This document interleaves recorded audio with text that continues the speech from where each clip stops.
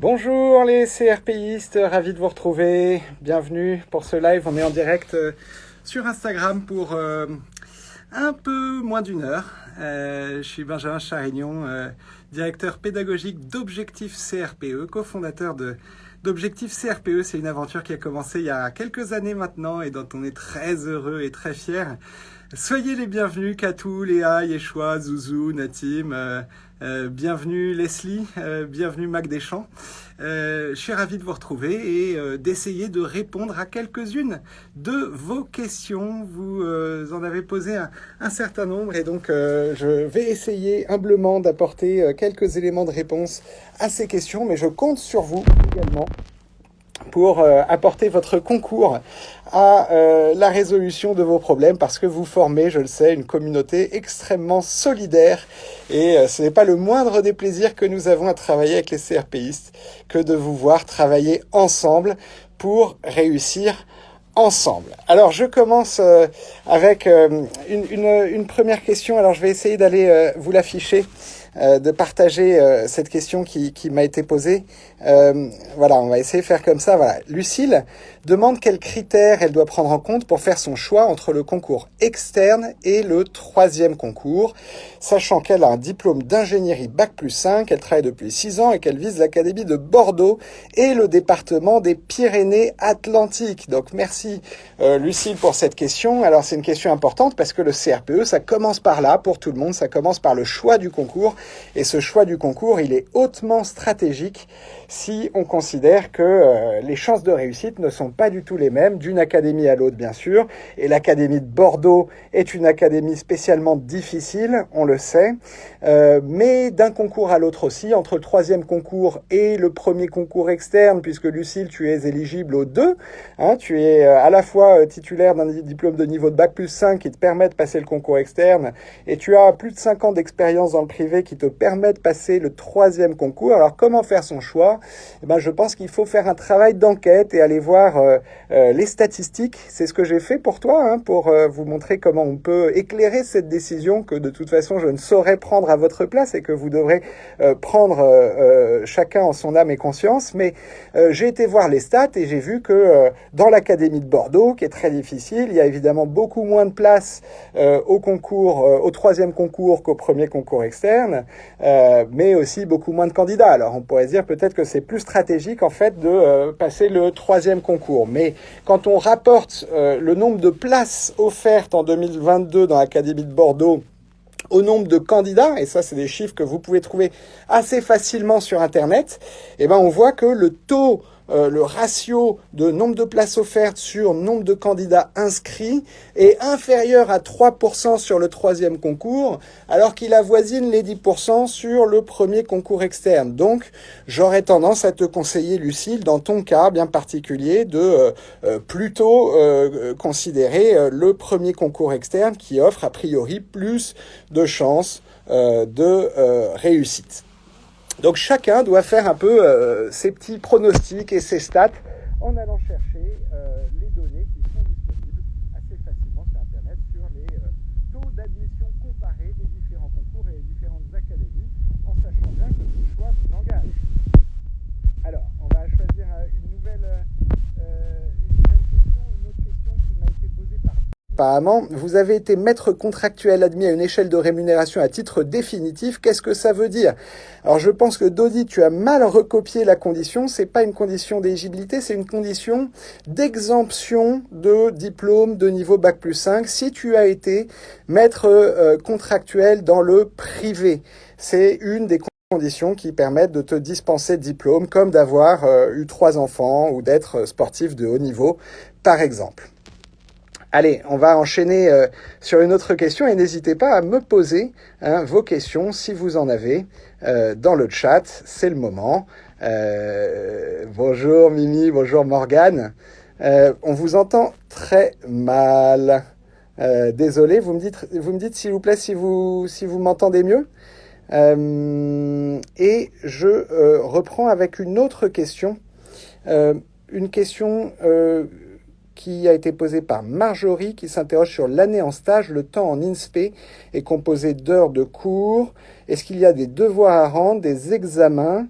Alors, la réponse est oui. En gros, vous serez, si vous êtes admis au CRPE, à peu près à mi-temps à l'INSPE, par tranche de 3 semaines, souvent, c'est ce qui est pratiqué. Dans certaines académies, c'est différent, mais c'est le principe de l'alternance entre les temps en classe et les temps où c'est votre binôme qui est en classe et vous êtes à l'INSPE. Et oui, il peut y avoir des choses à rendre, mais ce sont en général des travaux dont vous choisissez le thème et de pratiques réflexives qu'il vous sera demandé de réaliser pendant votre année à l'INSPE. On vous entend, c'est bon, tant mieux, c'est beaucoup mieux, tout va bien. Ok. Combien de temps il faut pour se préparer au CRPE? Laura, tu demandes combien il faut de temps pour se préparer. C'est une question qui est difficile parce que la réponse est très variable d'un candidat à l'autre. Il y a des candidats qui ont besoin de plus ou moins de temps. D'abord, les chances de réussite sont variables, comme on vient de le voir, d'une académie à l'autre et au sein même d'une académie, d'un concours à l'autre. Et le point de départ de chacun est différent et il peut y avoir plus ou moins de trajets à faire pour franchir la barre d'admissibilité, puis la barre d'admission. Donc, c'est une question à laquelle, honnêtement, il est impossible de répondre par une généralité. Et c'est par contre une bonne question à se poser pour soi-même que d'essayer de mesurer l'écart qui vous sépare d'une réussite au CRPE et qui dépend de votre niveau en maths, en français, en connaissance du système éducatif, en didactique. Mais ce que je peux te dire quand même, c'est qu'on a beaucoup d'élèves qui réussissent le CRPE du premier coup en s'étant préparés pendant plusieurs mois, je dirais, au minimum, vraiment minimum, strict minimum. C'est des élèves qui en général nous rejoignent au plus tard en novembre, voire décembre, et qui se préparent du coup en gros 3, 4, 5, 6 mois.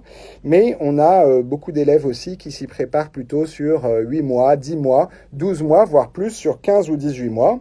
L'idée, c'est que plus on prend de temps pour s'y préparer, mieux on est préparé, évidemment. Mais pendant tout ce temps, il faut entretenir la flamme, il faut rester motivé. Et donc, ça dépend beaucoup aussi de votre calendrier personnel, de ce que vous faites à côté également. Parce que selon qu'on a beaucoup de temps disponible pour le CRPE ou qu'on a plein de choses à faire à côté et peu de temps disponible pour le CRPE, la durée de la préparation ne sera pas forcément la même également.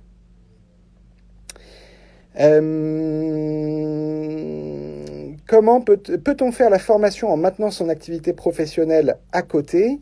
Oui, bien sûr, c'est le cas de la plupart de nos élèves qui ont une activité professionnelle à côté et qui suivent les cours le soir ou le week-end ou pendant leur congé.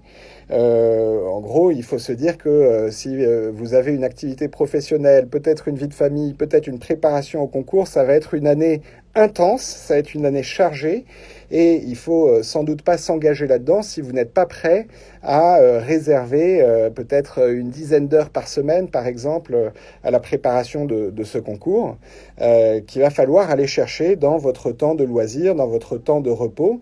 Et donc, ça suppose une certaine hygiène de vie, un certain équilibre de vie, un certain contrat familial aussi à passer avec ses proches pour pouvoir se préparer dans de bonnes conditions. Mais c'est tout à fait possible. On a chaque année beaucoup d'élèves qui sont dans cette situation.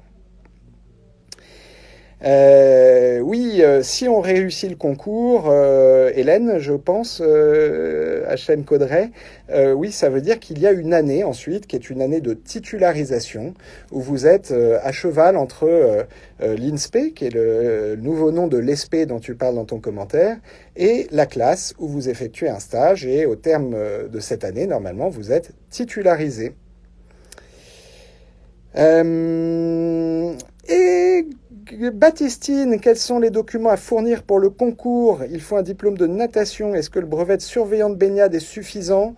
Je sais pas, je voudrais pas te dire de bêtises. Vérifie soigneusement parce que cette question, on doit pouvoir trouver facilement la réponse sur le site du concours. Mais je crois qu'il s'agit de prouver que tu peux faire 50 mètres de nage libre dans une piscine. Et par ailleurs, n'oublions pas également le brevet de secourisme.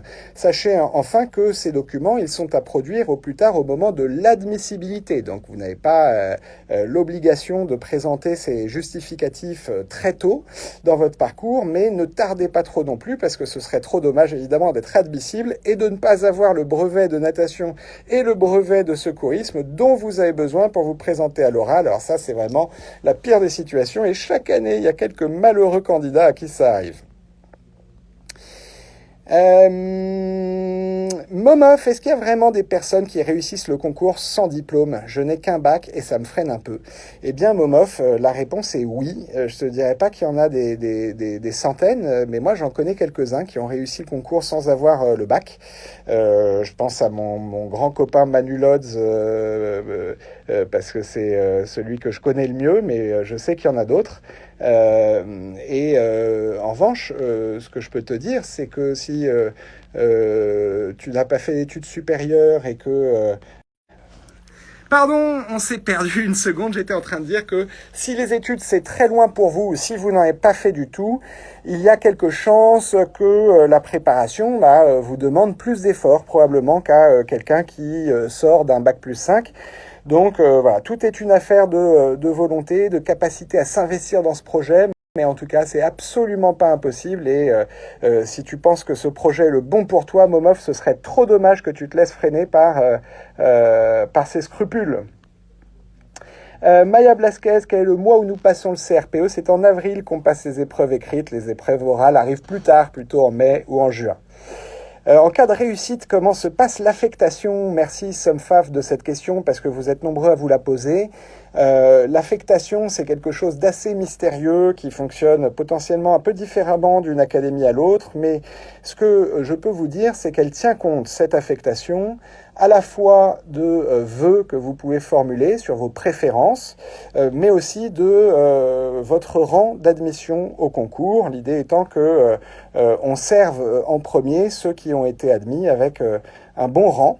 Donc voilà, c'est une raison de plus de bien se préparer à ce concours parce que la question, c'est pas seulement est-ce que vous aurez le CRPE ou pas, c'est aussi est-ce que vous aurez le CRPE en étant bien classé, ce qui maximisera votre chance d'être bien affecté, c'est-à-dire d'être affecté dans un établissement pas trop éloigné de votre domicile, notamment.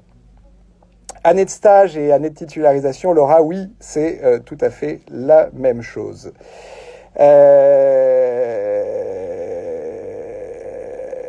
Alors, est-ce qu'il y a d'autres questions? Pendant le stage en classe, le professeur est-il présent pour nous accompagner? Demande Laura. Non, vous serez vous-même vraiment le prof en binôme avec un autre professeur stagiaire qui lui aussi sera dans cette année de titularisation et à qui vous partagerez cette classe. Alors vous ne serez pas totalement lâché dans la nature, vous aurez à plusieurs reprises des visites de la part de membres de l'institution, de conseillers pédagogiques qui vont venir voir comment vous vous en sortez. Vous aurez aussi la possibilité de travailler étroitement avec les autres membres de l'établissement, les autres professeurs, mais vous n'aurez pas en permanence quelqu'un pour vous accompagner, pour vous tenir la main. Argenta ne comprend pas comment fonctionne la bourse égalité des chances avec le CPF. Pardon, des petits problèmes de connexion apparemment, je comprends pas ce qui se passe, on est rarement victime de ça dans les studios. Merci d'être restés, est-ce que vous êtes encore là? Oui, j'ai encore des questions, donc restez avec moi les amis, désolé, c'est bien revenu. Quand tombent les résultats des concours et quand connaissons-nous notre affectation? Demande Tania. Eh bien, les résultats du concours tombent au mois d'avril. Attendez. Non, les résultats d'admissibilité tombent, ça s'échelonne un peu parce que c'est pas forcément la même date d'une académie à l'autre, mais les résultats, vous les avez quelques semaines après les concours, donc ça tombe à partir de fin avril, et vous connaissez votre affectation. Par contre, là aussi, c'est variable, ça va de je connais très vite mon affectation. Là, j'ai parlé avec des lauréats qui connaissaient déjà leur affectation et qui sont très contents, mais il peut arriver qu'on la connaisse un peu plus au dernier moment. La réponse, sur le CPF et la bourse égalité et chance à Argenta, je t'invite à te rapprocher d'un conseiller, mais c'est possible en effet de faire une bourse égalité des chances sur le complément, la partie qui n'est pas prise en charge par le CPF. N'est-ce pas trop tard, demande Alf Pasten, de commencer à se préparer en août-septembre, vu la quantité de choses à assimiler? Écoute, non, c'est pas forcément trop tard. Août-septembre, ça peut être très bien, au contraire. Encore une fois, plus on s'y prend tôt, plus on a du temps pour essayer de se préparer le mieux possible. Mais ce sera de toute façon impossible de tout voir, de tout apprendre, de tout comprendre. Donc il faut accepter l'idée que vous arriverez au concours en n'étant forcément pas aussi bien préparé que vous auriez pu l'être si vous aviez investi 2 fois plus de temps dans la préparation. Donc chacun fait ce qu'il peut avec ses contraintes, avec son agenda, mais commencer en août-septembre, ça peut être très bien. Il faut juste essayer de se dire qu'on va être vraiment régulier pendant toute la période qui te séparera du concours. Ça ne veut pas dire ne pas prendre de pause du tout, ça ne veut pas dire ne pas prendre de vacances. Il faut savoir couper de temps en temps, il faut savoir s'offrir des breaks, des respirations, mais il faut se dire que ce sera une année intense de préparation.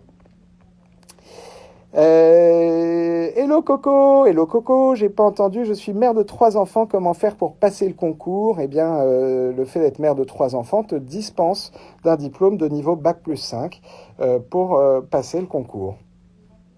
Par quel organisme passer pour avoir des certifications? On peut faire ça avec, je pense, n'importe quelle piscine qui vous permet de vous délivrer une attestation. Quant à l'attestation de secourisme, vous devrez trouver ça assez facilement sur Internet en tapant attestation de secourisme et en vérifiant bien quelle attestation précise est demandée pour le concours. 7 enfants, l'affectation reste-t-elle dans un périmètre géographique proche de notre domicile?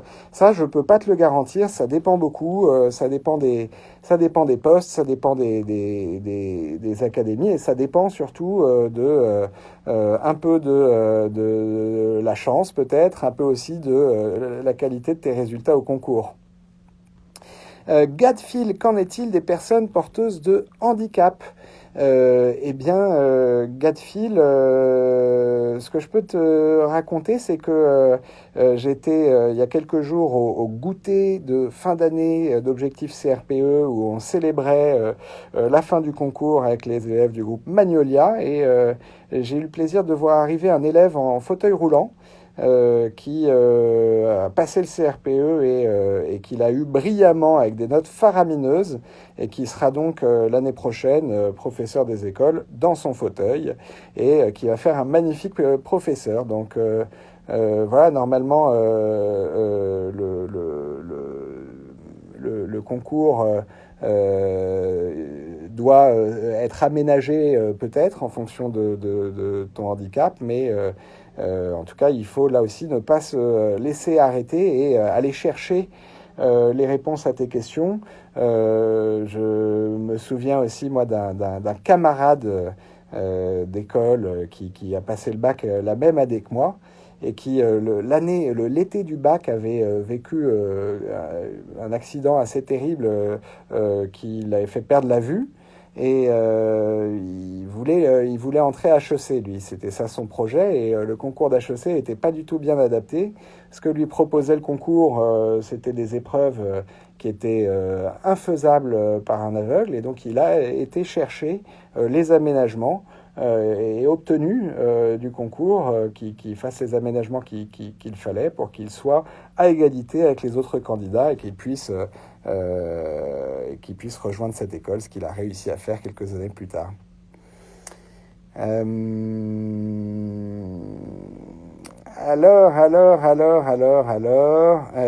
que Arindranto David, j'entends beaucoup mère de 3 enfants, est-ce que ça fonctionne aussi pour les pères? Oui, absolument, parent de 3 enfants et pas maman de 3 enfants.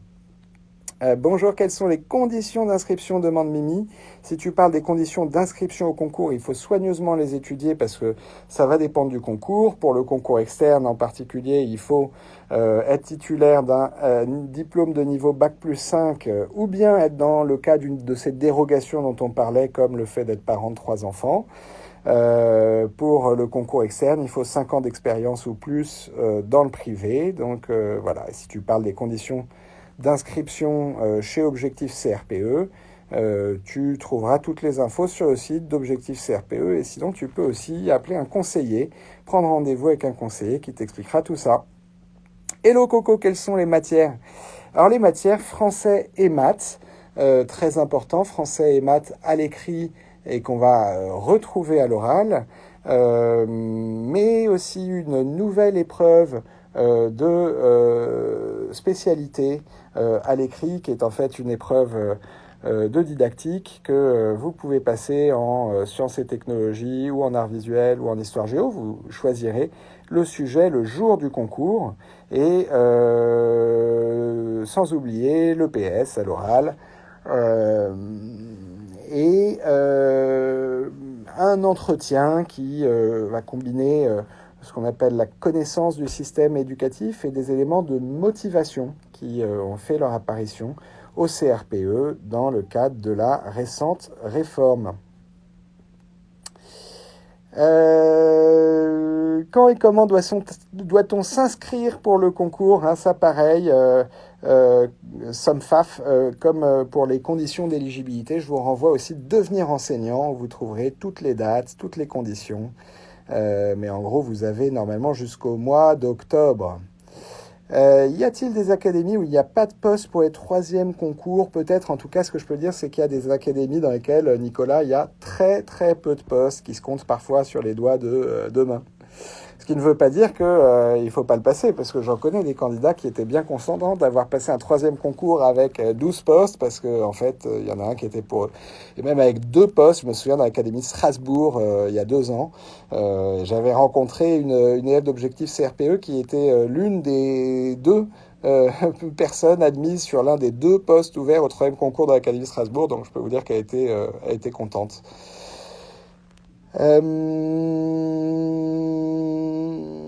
Peut-on choisir le niveau pour lequel nous voulons enseigner? Demande Laura. Très bonne question. Écoute, tu peux toujours exprimer une préférence, mais elle ne sera pas forcément prise en compte. Donc voilà, il y a de tout. Il y a des bonnes surprises. Il y a beaucoup d'élèves qui se retrouvent à enseigner en maternelle et qui avaient exprimé une préférence pour la maternelle et d'autres qui se retrouvent pas forcément dans le niveau qu'ils auraient choisi, mais en général ils s'adaptent et c'est pas inintéressant en début de carrière de voir pas mal de choses.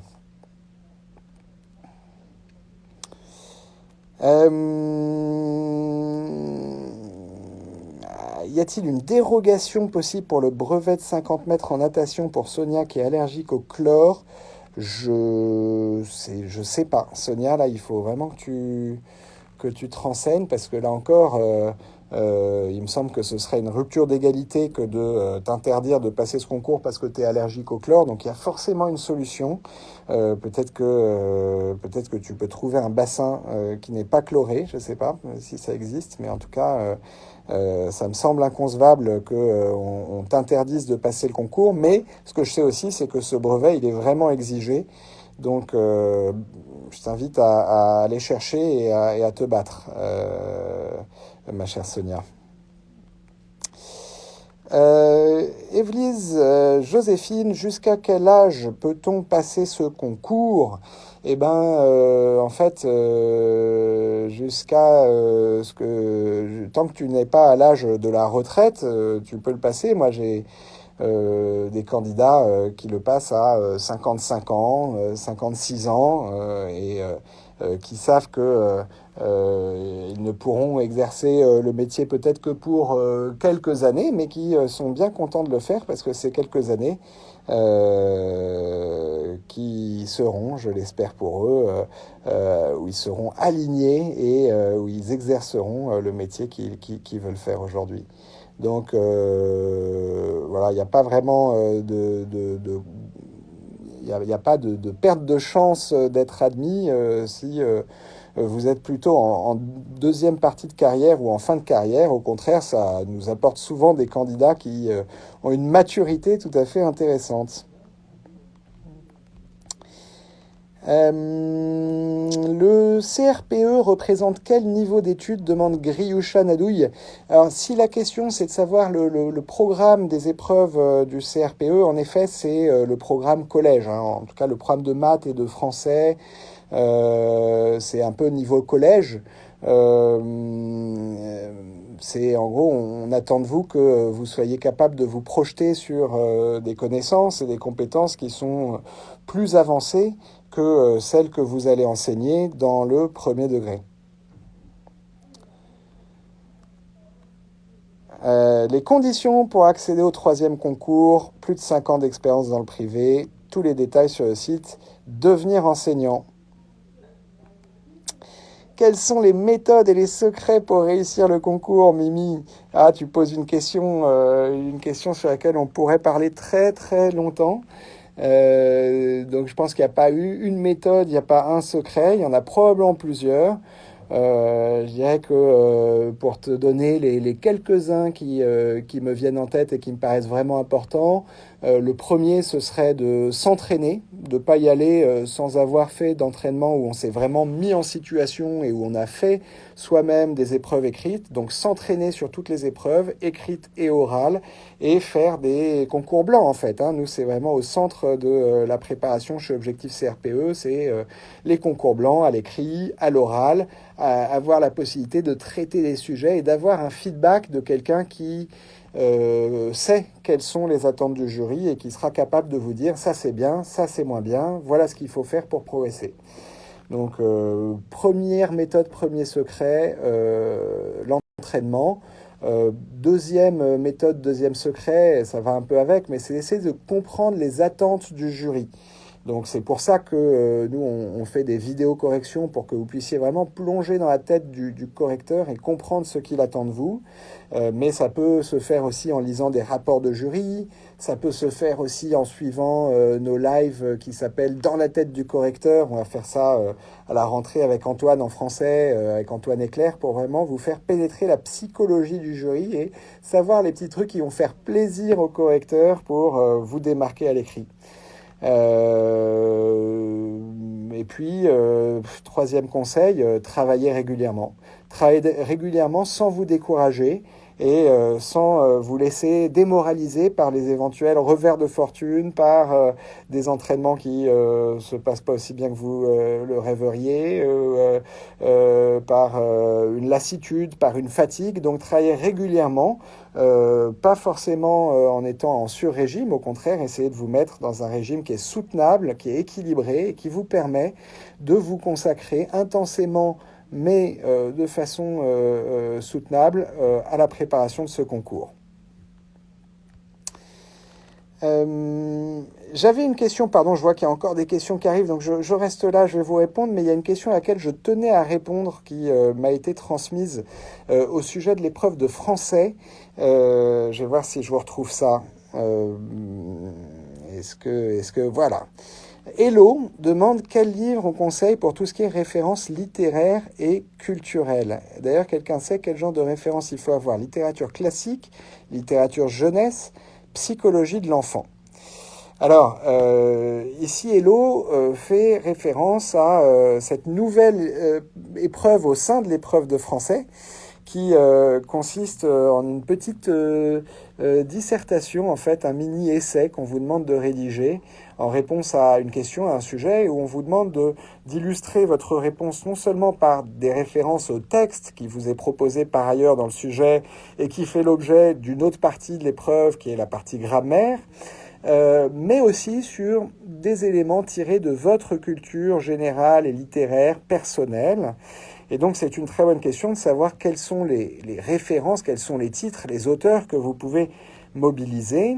Et pour en avoir parlé avec beaucoup de membres du jury, ce que je peux vous dire, c'est que les références qui sont acceptées et qui sont potentiellement valorisées sont assez larges.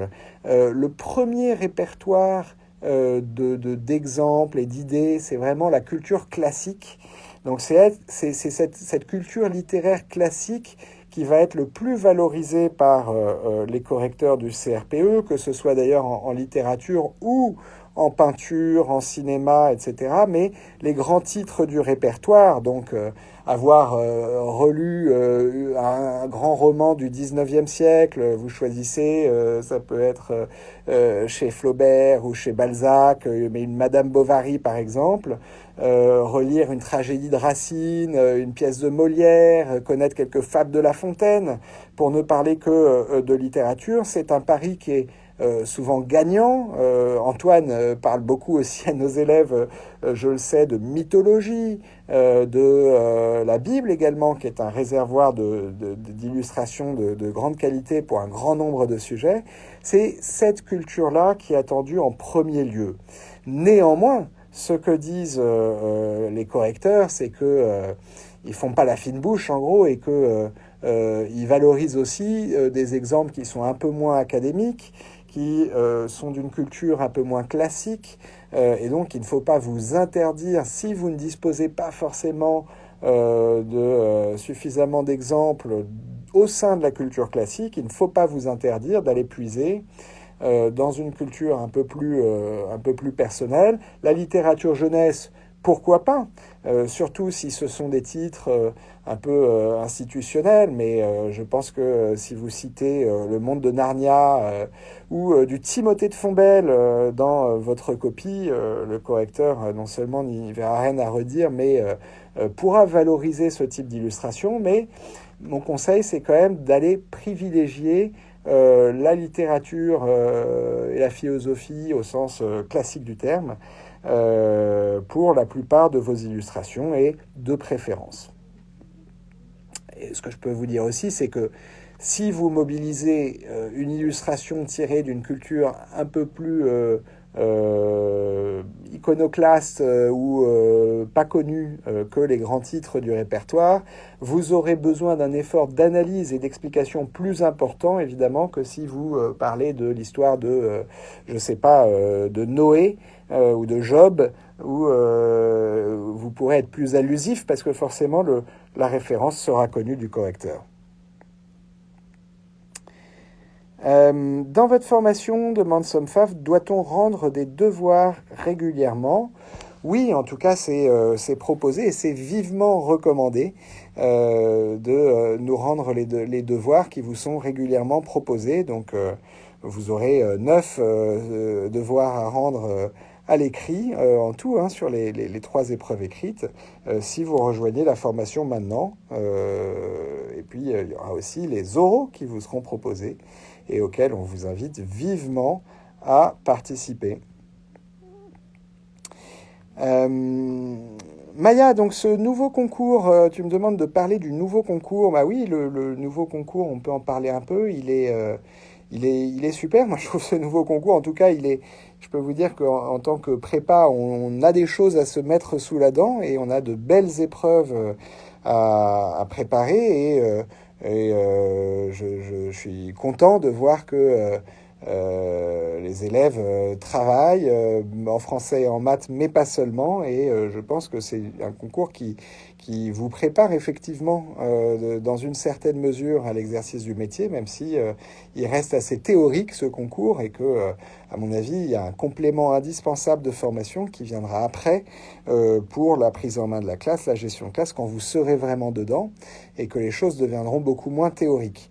En tout cas, moi, ce que j'aime bien dans ce nouveau concours, c'est la disparition de l'exercice d'analyse qui existait dans l'épreuve de français et qui était vraiment un gros piège pour beaucoup de candidats qui posaient de gros problèmes de gestion du temps. Et la nouvelle épreuve de français est peut-être un peu plus réalisable, peut-être dans les temps impartis que l'ancienne. La nouvelle épreuve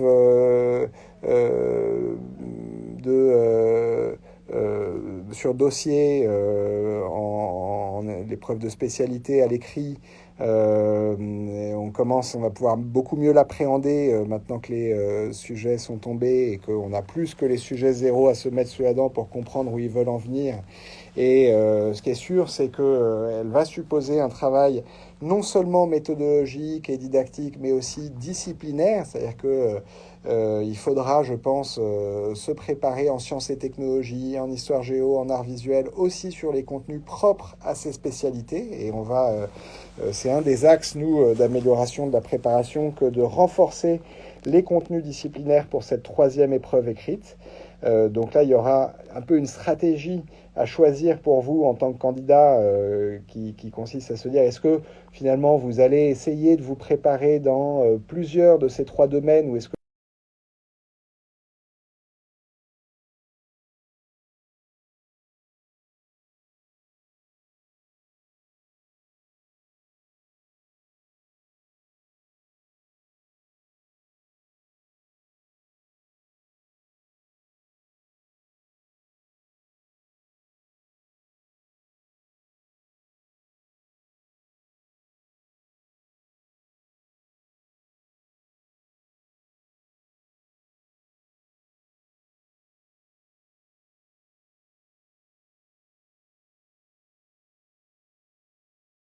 vous trouvez ça très bien, hein, ces nouvelles épreuves orales, les épreuves de leçons restent tout à fait intéressantes et pour le coup vous permettent de vous projeter vraiment vers l'exercice du métier. Et je pense que c'est une bonne façon d'évaluer les futurs profs et de leur apprendre aussi à travailler et à préparer des séances, des séquences.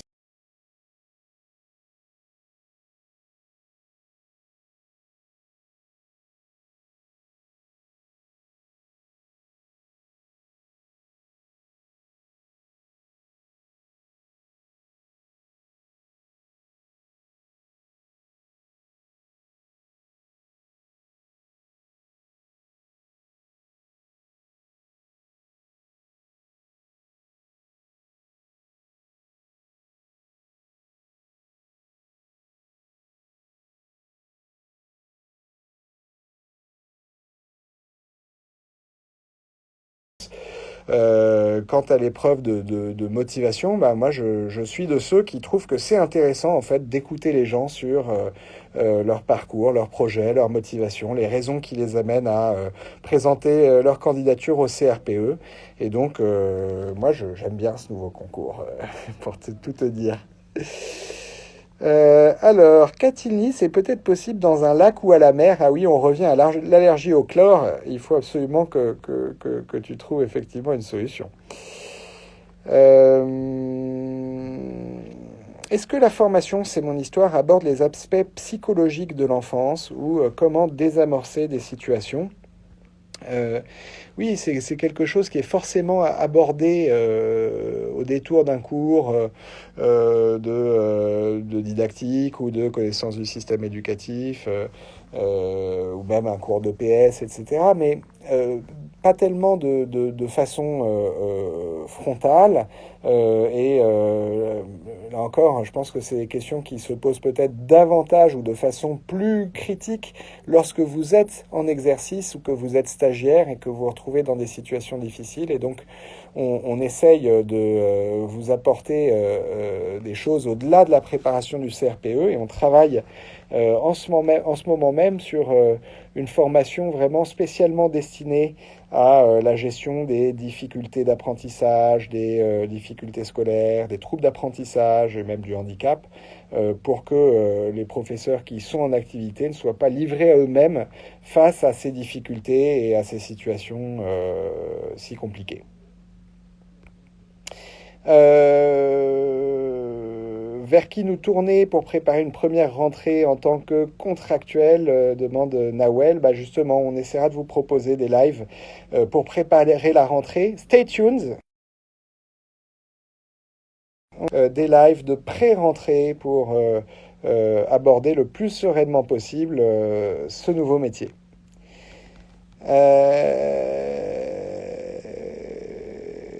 Pouvons-nous, dans votre formation, demande Laura, faire les cours seulement en replay? Oui, pas de problème, Laura. Hein. Évidemment, on a plein d'élèves qui suivent les cours en replay plutôt qu'en live, pour des raisons diverses et variées. Il y en a pour qui c'est plus pratique en termes d'organisation personnelle, parce qu'ils ne sont pas disponibles à l'heure des lives. Les lives, ils ont lieu la plupart du temps le soir en semaine à 20h. D'autres ont lieu le week-end, mais si vous ne pouvez pas les suivre en live, ils sont tous disponibles en replay jusqu'à la fin de la formation.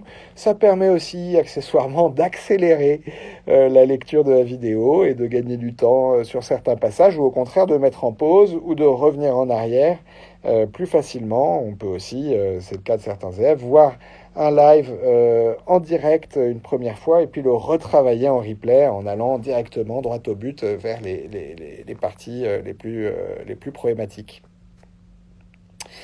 Bonjour maîtresse à paillettes, ancienne camélia, j'ai eu cette place grâce à vous et grâce à moi-même, bah bravo maîtresse, je n'ai jamais été aussi heureuse d'aller travailler, je suis très heureux pour ma part de te l'entendre dire, c'est cool. Y a-t-il des questions? Est-ce que quelqu'un veut témoigner? Léa, petit passage pour nous remercier. Merci à toi Léa. Merci pour tes remerciements et tes encouragements. Les tarifs sur la préparation passion mode déco-food, les tarifs ils sont sur le site d'Objectif CRPE. Tu les trouveras dans l'onglet date et tarifs de la page qui présente notre préparation.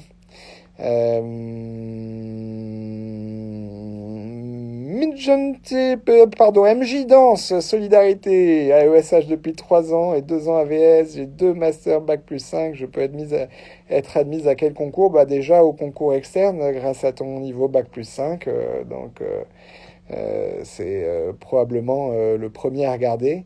Et ensuite, tu peux regarder si ton expérience ne te permet pas de présenter aussi le concours interne. Et dans ce cas, il y aura tout un petit calcul à faire en fonction des stats, etc., pour essayer de discerner et de décider quel concours tu passes, si tu es éligible à plusieurs d'entre eux.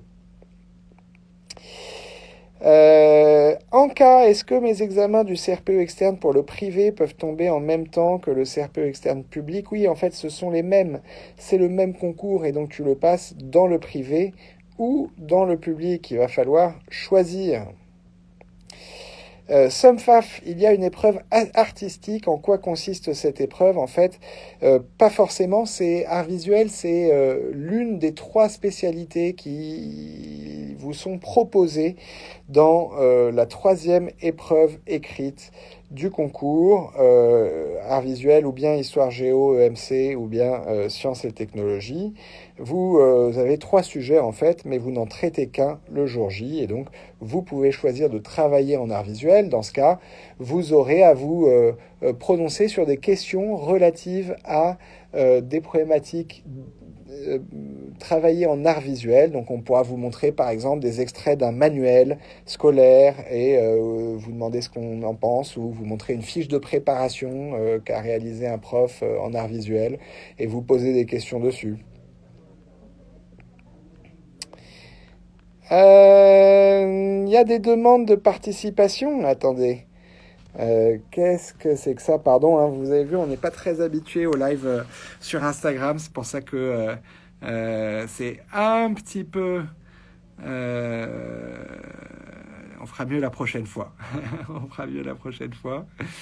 Je regarde si je peux prendre l'un de vous en participation. Non, j'ai l'impression que ça a disparu. Est-ce qu'Objectif CRPE est l'équivalent d'un Master MEF, demande Julie? Non, c'est pas vraiment. Hein, c'est pas. Nous, on ne délivre pas de diplôme. On ne délivre pas de diplôme de grade master.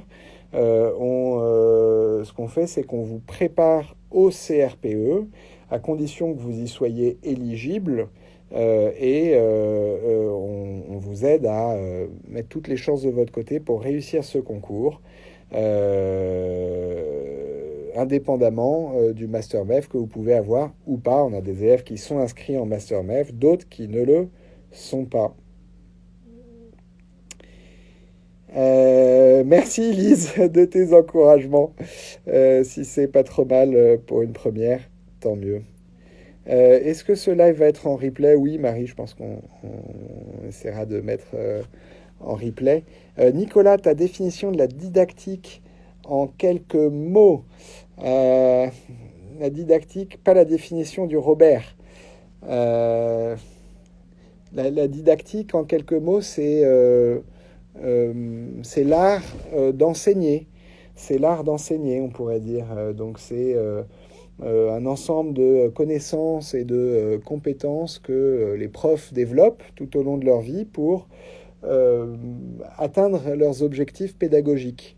Donc, si votre objectif pédagogique, c'est d'apprendre à lire à vos élèves cette année, parce qu'ils sont en CP et que c'est ça ce que vous avez à faire, eh bien, vous allez devoir élaborer un tas de stratégies qui ne seront peut-être pas les mêmes d'un élève à l'autre, qui ne seront pas les mêmes en tout cas d'un moment à l'autre de l'année pour décomposer ce grand objectif qu'est l'apprentissage de la lecture en plus petits objectifs et développer de façon incrémentale un apprentissage collectif et individuel de la lecture. Et ça, en fait, c'est un métier. C'est un métier, ça s'apprend. Et c'est pour ça qu'on commence à vous donner des cours de didactique. Parce que au concours, au CRPE, c'est un peu paradoxal et peut-être même un peu hypocrite. Parce qu'on a des gens qui, pour la plupart d'entre eux, ne sont pas profs et n'ont jamais exercé ce métier. Mais on essaye de voir s'ils ont déjà les réflexes d'un futur prof ou les réflexes d'un prof. Donc c'est pour ça que on vous donne des cours de didactique pour vous apprendre, par exemple, à préparer une séquence d'apprentissage. C'est une séquence d'apprentissage, c'est-à-dire un ensemble de plusieurs séances au cours desquelles vous allez développer tout un parcours. On vous apprend à réfléchir à l'évaluation de ce que vous allez faire aux élèves, qui j'évalue, comment, à quel moment, pourquoi. On va parler différenciation. Vous savez, la différenciation, c'est un peu ce mythe d'un parcours qui n'est pas tout à fait le même pour un élève A et pour un élève B, parce qu'ils ont des besoins différents au même moment. Voilà, je ne sais pas, Nicolas, si ça répond, et cet enfant qui m'avait posé la même question, est-ce que ça répond à peu près à votre question? J'espère que c'est le cas. Somfaf, quel livre pourriez-vous conseiller autre que culture classique, plus sur l'institution scolaire et les techniques d'enseignement? Là-dessus, moi, je conseille pas forcément de livres ou de manuels, en tout cas pas à ce stade, parce que bah, c'est vrai que nous, on a une préparation qui est conçue pour être autosuffisante. Donc, ça ne veut pas dire que on ne peut pas compléter et aller chercher plus dans des livres, mais c'est a priori pas nécessaire. Et en tout cas, j'aurais pas comme ça spécialement de manuel à te conseiller plus qu'un autre, mais ouais, les lectures que je conseille de faire aux élèves d'objectifs CRPE, c'est la lecture des programmes, c'est la lecture des grands documents institutionnels dont peut vous parler une Brigitte en cours, par exemple, dans ses cours sur les programmes, et la lecture de quelques ouvrages. Hein. Il ne s'agit pas de multiplier les lectures, mais de quelques ouvrages littéraires ou de quelques ouvrages de culture générale qu'on peut vous recommander pour l'épreuve de français.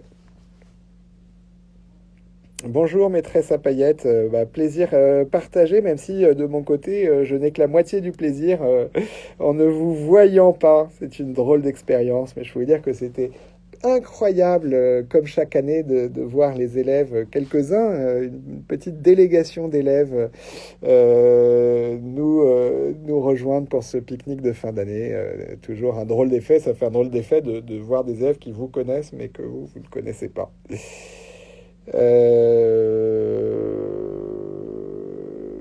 Pop, pop, pop, pop, pop.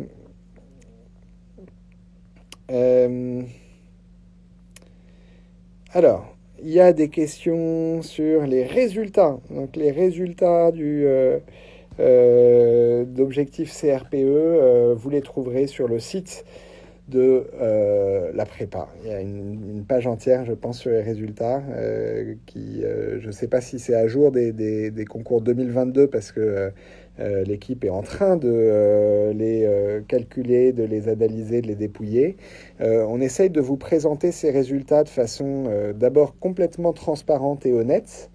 Alors évidemment, il faut me croire sur parole, parce que il n'y a aucune autorité qui est là pour contrôler ce que disent les organismes comme objectif CRPE sur leurs résultats. Et donc, si quelqu'un a envie de vous raconter n'importe quoi, il pourra le faire sans que personne ne vienne lui taper sur les doigts. Mais donc, ça vaut ce que ça vaut. Mais en tout cas, c'est notre engagement, c'est de communiquer de façon transparente et honnête en donnant les vrais chiffres, et en montrant aussi comment les résultats évoluent selon que l'élève nous a rejoint et a réussi à vraiment suivre la totalité de la formation. Je ne veux pas dire forcément voir tous les cours, parce que voir tous les cours, c'est pas un indicateur qui est vraiment souhaitable. En fait, on a plein d'élèves qui ont raté quelques cours, mais dont il faut considérer qu'ils ont vraiment suivi la préparation. Donc, les indicateurs qu'on regarde, c'est les entraînements. Et donc, on vous donne les stats selon que les élèves ont fait tous les entraînements, ou n'en ont fait que la moitié, ou n'en ont pas fait du tout. Et ce qu'on a quand même régulièrement le plaisir de constater, c'est que l'entraînement paye, et que plus on est assidu dans la réalisation des concours blancs, et plus les résultats en moyenne s'améliorent.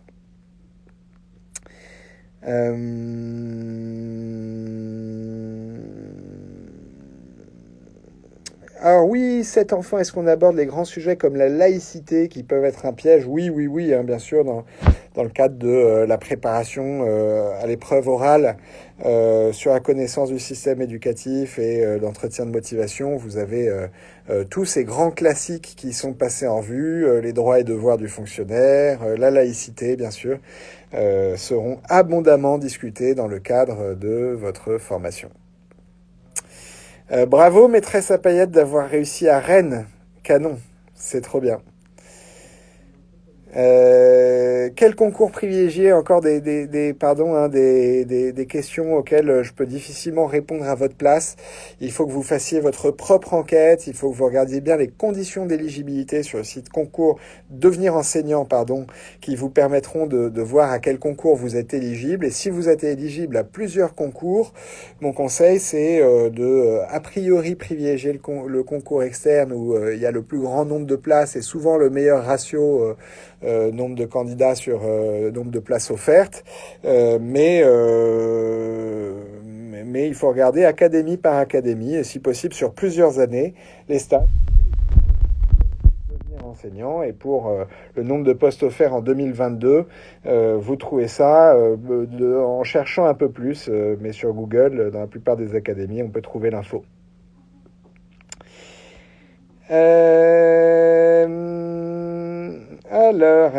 Alors. On a maîtresse à paillettes. Tu veux participer, maîtresse à paillettes? Tu veux prendre la parole pour répondre aux questions? Est-ce que je vois que les gens te posent plein de questions? Si tu veux, si tu as envie de nous faire un petit coucou en visio, je crois que je peux t'inviter à participer. Et comme ça, tu pourras répondre directement aux questions. Existe-t-il des chats entre élèves? Mais c'est à toi de me faire, je crois, la demande, si tu as envie de participer.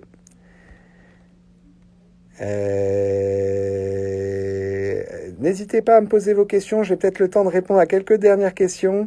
Existe-t-il des chats entre élèves de la même promo pour échanger et discuter? Oui, bien sûr, vous avez des groupes qui vous sont proposés. Et oui, je vais pouvoir...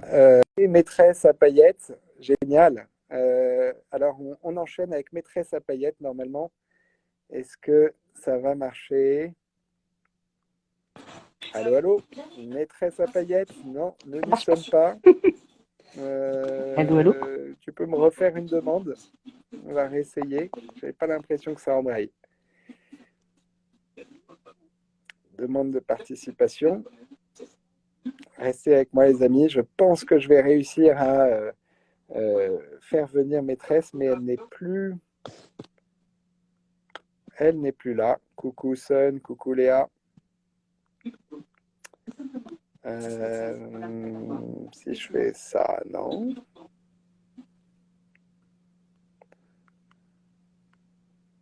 Ah, maîtresse à paillettes a refusé. Ah bah maîtresse à paillettes, tu as peut-être changé d'avis. Mais c'est bizarre parce que tu me dis avec plaisir par ailleurs. Donc